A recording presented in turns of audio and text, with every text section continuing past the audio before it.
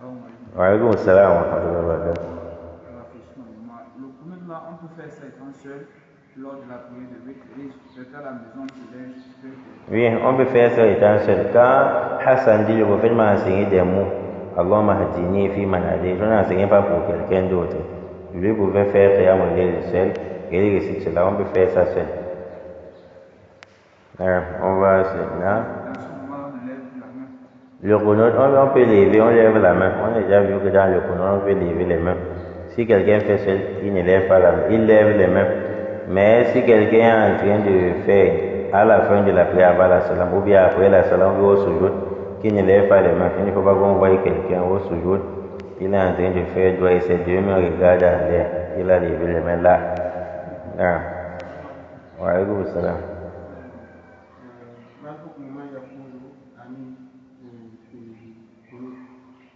Par exemple, dans chaque parole, par exemple, comme il dit dans Kaïdi, on dit subhanallah. Maintenant, si quelqu'un, par peur de dire Amin, le premier cas où ce n'est pas une invocation, dans le deuxième cas où il est sûr que l'imam, c'est qui lit la. Qui comprend au moins tout. Est-ce qu'il peut décider de citer. Quand l'imam lit ce qui n'a pas de sens, oui, on peut se taire. C'est ce que je fais souvent. Quand l'imam lit ce qui n'a pas de sens, il dit une parole déplacée, ou bien même une voyelle où il n'y a pas. Il ne dit pas Amin. Tu peux dire Amin, et alors qu'on est même en train d'invoquer contre toi, tu es toujours là, Amin, Amin. Tu acceptes seulement. Ou bien c'est un vieux au village, on leur demande de lui, Bismillahirrahmanirrahim, Amin. Après, on n'entend plus rien. Les gens sont juste là, les spécialistes d'Amin. Amin. Il n'a rien dit de bon Amin. Peut-être il a mal lu quelque chose, ou bien il veut imiter un doigt, il dit mal, vous êtes toujours en train de dire Amin. Si dans la prière, un imam dit ce qu'on n'entend pas, ou bien il bricole un doigt, ou bien on a maîtrisé ce doigt, mais on sent qu'il a mal lu, on ne dit pas Amin. C'est-à-dire même le rêve qu'il fait là, tu es en train de dire Amin. Non. J'ai précisé que si l'imam en question fait cette erreur lorsque derrière lui on a quelqu'un qui veut mieux lire que lui, qui sache qu'il n'a pas d'excuse. Wallahu a'lam. Ça touche le droit de soit de ceux qui sont derrière le fait que peut-être l'imam il a un manquement du rejet du droit, un peu comme ce que le prophète a rappelé dans la liste du mouvement, peut-être les choses illicites. Le droit qui est un mot là, est-ce que Allah peut priver ceux qui sont derrière lui à cause de ça? À priver, s'il fait mal le doigt. S'il a peut-être des choses qui causent le rejet Oui. de son droit. Oui, Allah peut rejeter sur ceux qui sont derrière pour quelles conditions? Premièrement, pour la condition, si on a dit Amin bêtement. Quand tu dis Amin bêtement, c'est dire Allah, Amin veut dire Allah, mais c'est-à-dire Allah accepte. C'est-à-dire que tu as demandé à Allah d'accepter. Tout quoi, Allah peut excuser certains. Peut-être ils sont encore débutants en islam, ils sont des nouveaux islamisés, ils ne connaissent pas. Et ça va tomber sur la tête de qui? Soit des musulmans qui l'ont mis devant, ou bien des dirigeants qui l'ont mis devant. Ça va tomber sur la tête, wallahu a'lam. Essuyer le visage, on a questionné Ibn Uthaymin, l'un des livres, Fatwa Ibn Uthaymin, le sujet traité par Ibn Uthaymin. C'est un livre de 904 pages. Il y a pour Cheikh Ben Baz à part 800 et poussière de pages, 870 et plus que cela. Ibn Uthaymin dit dans son Fatawa, il dit, quand il a posé la question à ce qui concerne le fait d'essuyer le visage, il a dit que celui qui essuie le visage ne condamne pas celui qui n'a pas essuyé le visage, et que celui qui n'a pas essuyé le visage ne condamne pas celui qui a essuyé le visage. Mais je rajoute dessus, suite aux différentes paroles des savants, que si maintenant quelqu'un essuie le visage dans la mesure où Allah lui a donné quelque chose, il doit faire ce que ça entre dans lui, c'est que ça c'est une bida, et c'est une mauvaise aqida. Allah n'a pas besoin de répondre à ton invocation en mettant dans ta main pour que tu essuies sur toi. Il y a des gens parfois, ils essuient avec la poitrine, le ventre, pour que ça entre, comme si c'était de l'huile, qui veut que ça entre dans le corps. Ça, ce n'est pas recommandé. Si tu fais seulement un simple geste, ou bien tu lâches la main, l'un ne doit pas condamner l'autre. Wallahu a'lam. Je voulais savoir si est-ce qu'on peut demander à Allah en patois si au cas où tu ne connais pas l'arabe, ni peut-être beaucoup de doigts. Est-ce que tu as déjà demandé à Non, on a questionné les savants à ce sujet. Si on peut invoquer Allah en sa langue maternelle, surtout au sujoud, parce que c'est le witr. Si quelqu'un ne connaît pas, qu'il l'abandonne. Maintenant, au sujoud, les savants ont dit invoquer Allah au sujoud.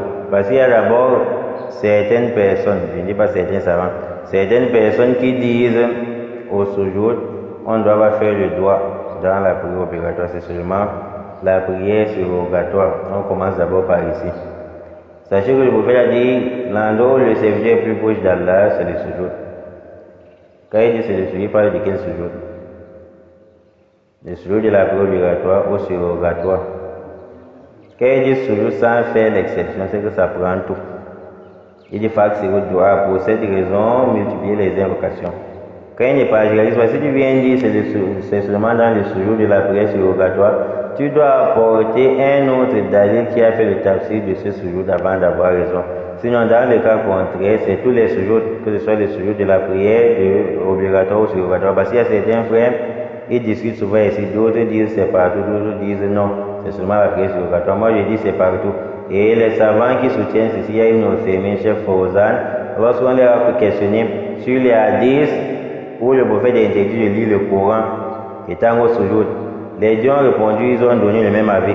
Chef Fawzan et Ibn Othaymin, chacun des deux dit, si maintenant tu es dans le sujoud, tu dis Rabbana atina fid dunya hasana wa fil akhirati hasana wa qina adhaban nar, tu invoques comme ceci.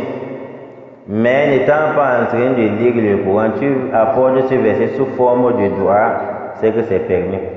Ici maintenant, c'est donc dit que les savants ont permis de faire le sujoud dans la prière obligatoire, tout comme dans la prière surrogatoire. Maintenant, Rabbana atina fid dunya, comment est-ce que tu vas lire cela pour que ça soit comme un doigt et non comme la lecture coranique? C'est-à-dire Rabbana atina fid dunya hasana wa fil akhirati hasana wa qina adhaban nar. Ça c'est quoi? Le doigt. C'est-à-dire Rabbana atina fid dunya hasana, c'est que tu as lu le Coran dans le sujoud et c'est haram. C'est donc dire, celui qui est sage va donc dire, donc il y a une différence entre lecture et doigt. Dans mon doigt de vêtu, il dit Allahumma Rabbana atina, c'est que c'est la lecture coranique et ça c'est une bid'a, waliyadu billah. Donc au sujoud, on peut évoquer, les savants disent, celui qui connaît la langue arabe, c'est que c'est obligatoire qu'il invoque Allah en langue arabe dans la prière, parce que la prière est bâtie en langue arabe. Tout ce qu'on fait dans la prière, c'est en langue arabe. On ne doit pas apporter une langue étrange. Et les savants disent, si maintenant quelqu'un ne connaît pas la langue arabe, il a une excuse. Les savants se sont divisés en deux.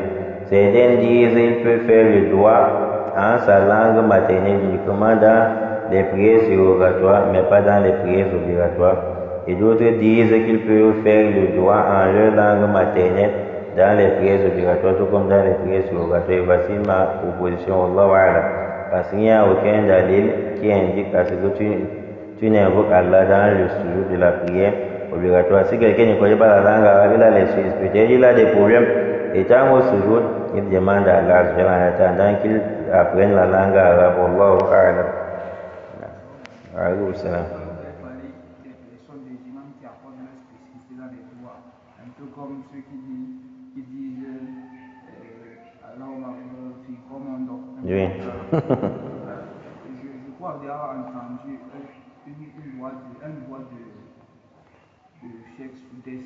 Là, il parlait c'est un truc comme ça pour la Palestine. Je voulais savoir si c'est proscrit ou c'est faisable. Non, l'autre, il n'y a aucun problème.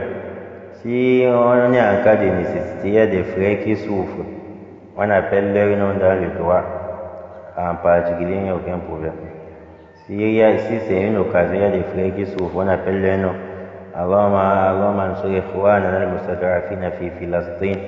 Là, c'est permis. C'est permis. Non. Donc, le droit, c'est encore un chapitre. J'ai un livre à la maison qui parle, un petit livre, qui parle du droit et des transgressions que les gens font dans le droit. Et les gens qui demandent même ce qu'on ne doit pas demander à Allah dans le droit. On a enseigné comment on doit faire le droit. Et les savants ont dit ça, donc si tu fais une erreur dans le droit qui ne provient pas de la Qiyam de la Sunna, sache que le prophète a dit, celui qui, ça sera rejeté. Donc le droit, avec le temps, Inch'Allah, on va étudier ce livre. Il ne faut pas demander ce qu'on ne demande pas. Là, tu veux ici, tu dis, Allah fait à ce que comme Allah fait Azri devienne une femme. On dit Amen. Ça veut demander ce qui ne peut pas se réaliser. On ne demande pas ça. Ou bien Allah, si Dieu veut, on n'invoque pas Allah comme ça. Que si Dieu veut, tu me donnes. Si Dieu veut, tu ne me donnes pas. On n'invoque pas Allah comme ça. Ou bien tu invoques Allah comme si tu récitais le Coran. Ce n'est pas permis. Ou bien tu invoques Allah avec les dates. Tu vois quelqu'un, il est au sujoud. Il fait plus d'une heure au sujoud. Tu penses que ce sont les problèmes qui veulent le tuer. Alors qu'il est en train de citer les dates à Allah. Allah, tu vois l'histoire de ma femme-ci. Depuis 1990, ça avait commencé en 1990. Et j'ai patienté jusqu'en 2002. Ça c'est transgressé dans le droit. Regardez l'invocation de Yusuf alayhi salatu wa salam. Quand on lui a proposé, soit tu forniques avec la femme de Aziz, soit on va te mettre en prison. Il a fait un doigt court. Et il y a des femmes qui ont proposé à Yusuf d'aller forniquer avec la femme de Aziz. Sinon, la femme de Aziz va lui mettre en prison. Il refuse. Et les femmes maintenant cherchaient à draguer Yusuf pour elles-mêmes. Et regardez Yusuf dans ce doigt, elle a été très court. Bref, Rabbi Sijnu ahabbu ilayya mimma yad'unani ilayhi tout court. Allah, la prison est meilleure pour moi que de tomber dans la fornication dont ces femmes appellent déçues. Et son doigt est fini. Yusuf alayhi salam, le Seigneur va passer le temps à dire, Allah savait commencer le premier jour. La femme de Aziz a forcé. J'ai dit non. Après maintenant, elle est allée voir d'autres filles en me menaçant de faire un choix entre la prison ou la fornication. C'est pour ça qu'aujourd'hui, comme vous voyez là,